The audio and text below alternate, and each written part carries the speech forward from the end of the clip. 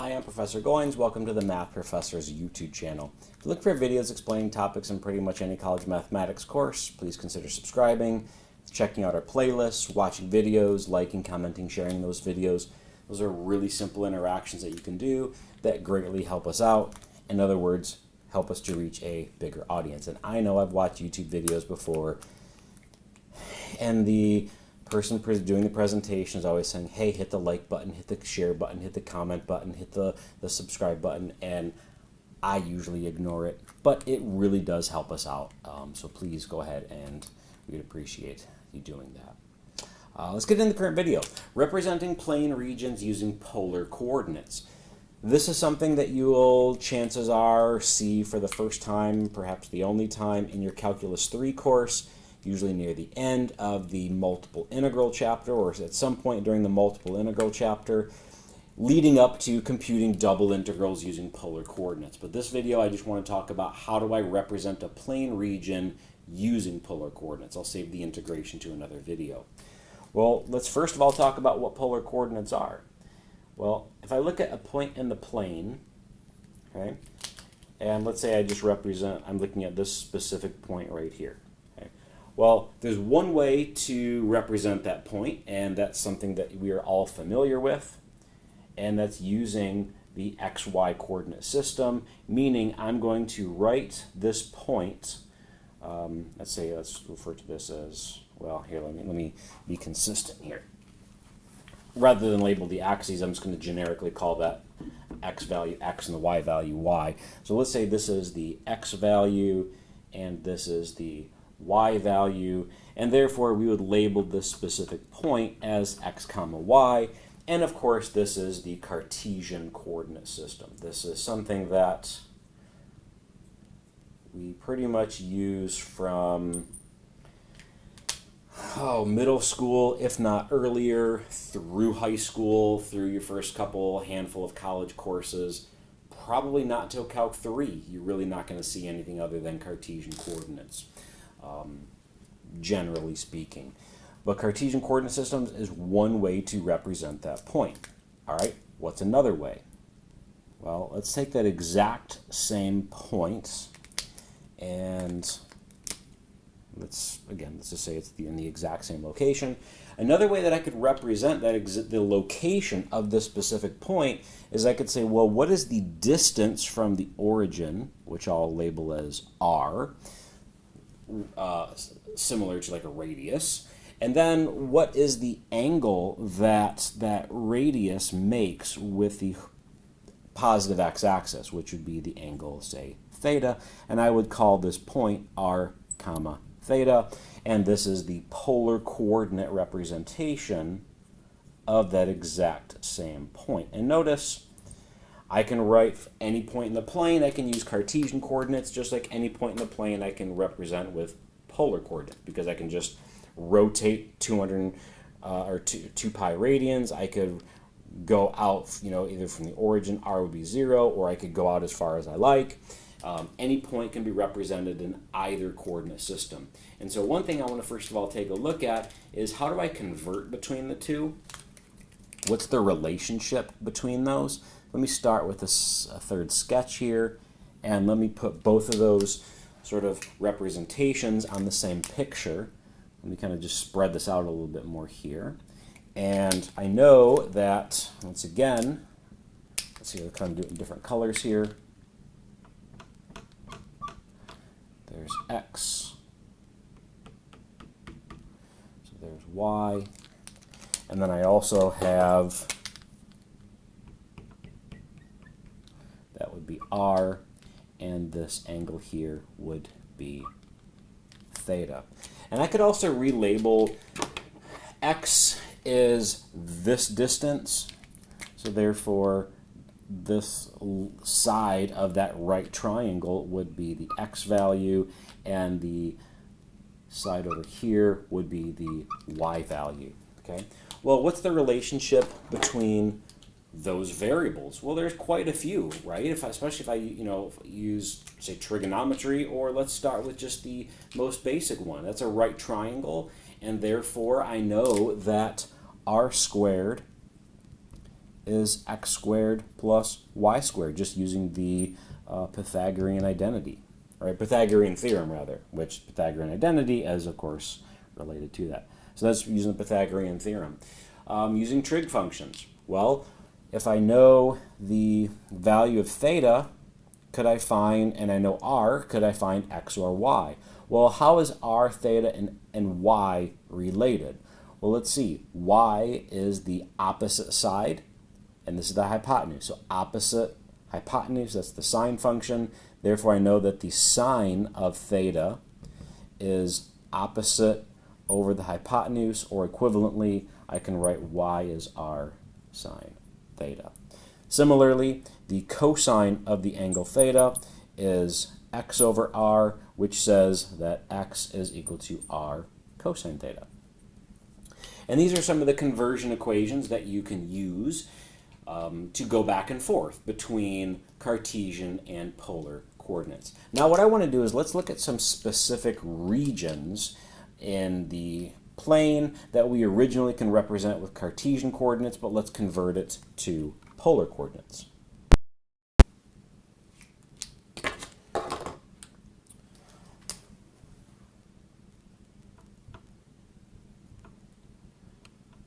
Let's start by looking at a region in the first quadrant that is bounded by,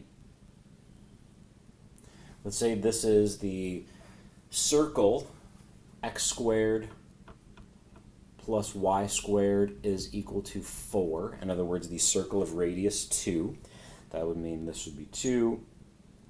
This would be 2 up here on the y-axis. And I want to consider that entire region in the first quadrant bounded by the circle of radius 2. Now, we could write this using polar coordinates, and we can represent this using Cartesian coordinates. Let's start by looking at Cartesian coordinates. Okay? What I have to do is I have to represent this using inequalities for the variables. And I can see that the value of x, say, goes from 0 to 2. And you sort of knee-jerk reaction, you might say, well, y goes from 0 to 2 as well. But the problem is y only goes from 0 to 2 when x is 0. When x is 2, y is only 0. When x is anywhere in between here, y is going to go from 0 up to a point on the circle. Meaning, if I pick a specific x value, so anywhere between 0 and 2, particularly let's go in the interior of that, if I pick, say, a point here, the y values only go from 0 up to a point on the circle. Therefore, the lower limit, thinking of this in terms of limits of integration, the lower limit of integration, or the lower bound for y, would be 0, whereas the upper value would be the point on the circle. Well, how do I represent this here in terms of this inequality? If I give you the x value, what is the y value? All I have to do is solve this equation for y. Subtract x squared, take the square root. That would give me the square root of 4 minus x squared. Okay? And of course, it's the positive radical because I'm in the first quadrant. Now, alternatively, I could represent this using polar coordinates. And again, what I have to do is I have to come up with an inequality using the polar coordinate variables. Well, remember that the value of r was the length of this radius, sort of like this hypothetical like windshield wiper thing who's fixed at the origin. It can rotate, it can lengthen, it can contract. Well, it looks like the length is going to go from 0 to 2. So no matter where I am, the minimum length is 0, the maximum length is 2. Minimum is 0, max is 2, in that entire range. Therefore, the value of r ranges from 0 to 2. Now, the value of theta is my hypothetical magical windshield wiper here. What can that rotate through, right?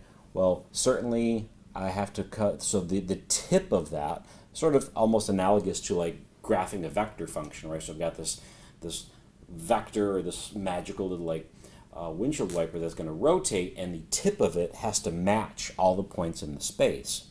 Well, what is the angle that I'm going to rotate through? So 0 through pi over 2. That means that the angles go from 0 to pi over 2. And you can see that, again, thinking in terms of limits of integration, I would much rather compute integrals that have constant limits of integration rather than variable limits of integration.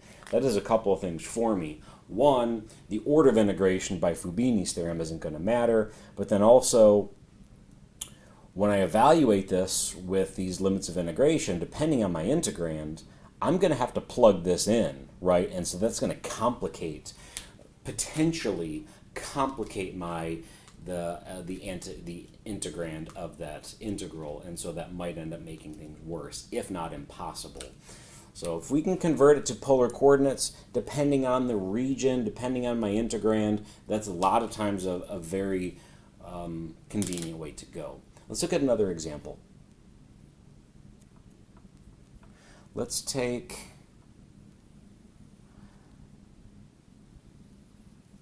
some circles again. And let's say this time I'm going to go outside of the circle of radius 1, but then bounded also by the circle of radius 3. So this is sort of like a rainbow shape, right? But the idea is I want to take that region there. It's outside of the circle of radius 1, inside the circle of radius 3, in the upper half plane. In other words, above the x-axis. Now, if I was to do this using Cartesian coordinates, okay, I don't even want to write all this out, but let's just kind of talk hypothetically if we were going to do that. We were going to use Cartesian coordinates. Well, remember, Cartesian coordinates is when I go from, say, y, this was the lower function minus the upper function, right? Well, let's see, where does that change? Between -3 and -1, the lower function is 0, but the upper function is this circle. But then between -1 and 1, the lower function would be this circle, the upper function would be this circle. If I go between 1 and 3, the lower function would be 0 again, and the upper function would be this circle. What I have to do then is I actually have to convert this to 3 separate inequalities, 3 separate pairs of inequalities. And again, thinking about that in terms of a double integral, that means I would have 3 double integrals with variable limits of integration, and that could be fairly complicated. So all I'm going to do here is I'm going to say, no thank you, I don't want to do that. I want to look in terms of polar coordinates. Polar coordinates in this case, again, I have to come up with the bounds for the variables r and theta. Well, let's go back to my hypothetical magical windshield, right? Starts at the origin. What is the shortest it could be? In any direction, the shortest it could be is the radius of the circle, which is 1, and then anywhere in between here to here, meaning it can go from 1 to 3. So that means that the values of r go from 1 to 3. And the values of theta, so what is this range between? And in other words, my angle, I can go from 0 to pi. So 0 to pi. 3 regions of integration, 1 simple region of integration. Polar coordinates is by far the way to go.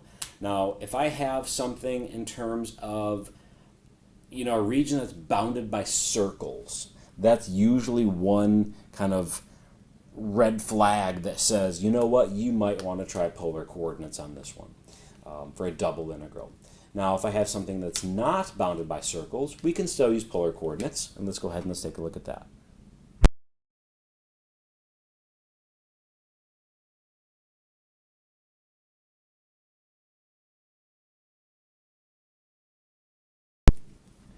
Take the line y equal to x, in other words, the line, say, angle of pi over 4, and I'm going to consider the entire region bounded below by the x-axis and bounded above by the line y equal to x. In other words, this line at 45 degrees, the easiest way to think about it, but again, it is pi over 4. Well, what are the values of r and theta range between?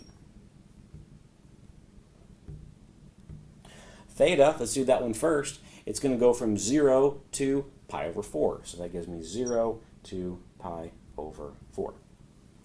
R, what is that range between? Well, has a minimum of 0 because I'd have to represent the origin. And notice for any angle in between here, I have to be able to cover all of those points. That means that this hypothetical windshield wiper has to be able to extend without bound, and therefore r is going to go from 0 to infinity, and I better go ahead and get rid of that equal to sign. Okay, so r is going to go from 0 to infinity, theta is going to go from 0 to pi over 4, and again, with the context of integration, that would give me a double integral where one of the integrals is improper. Okay. One more example, let's do a similar region.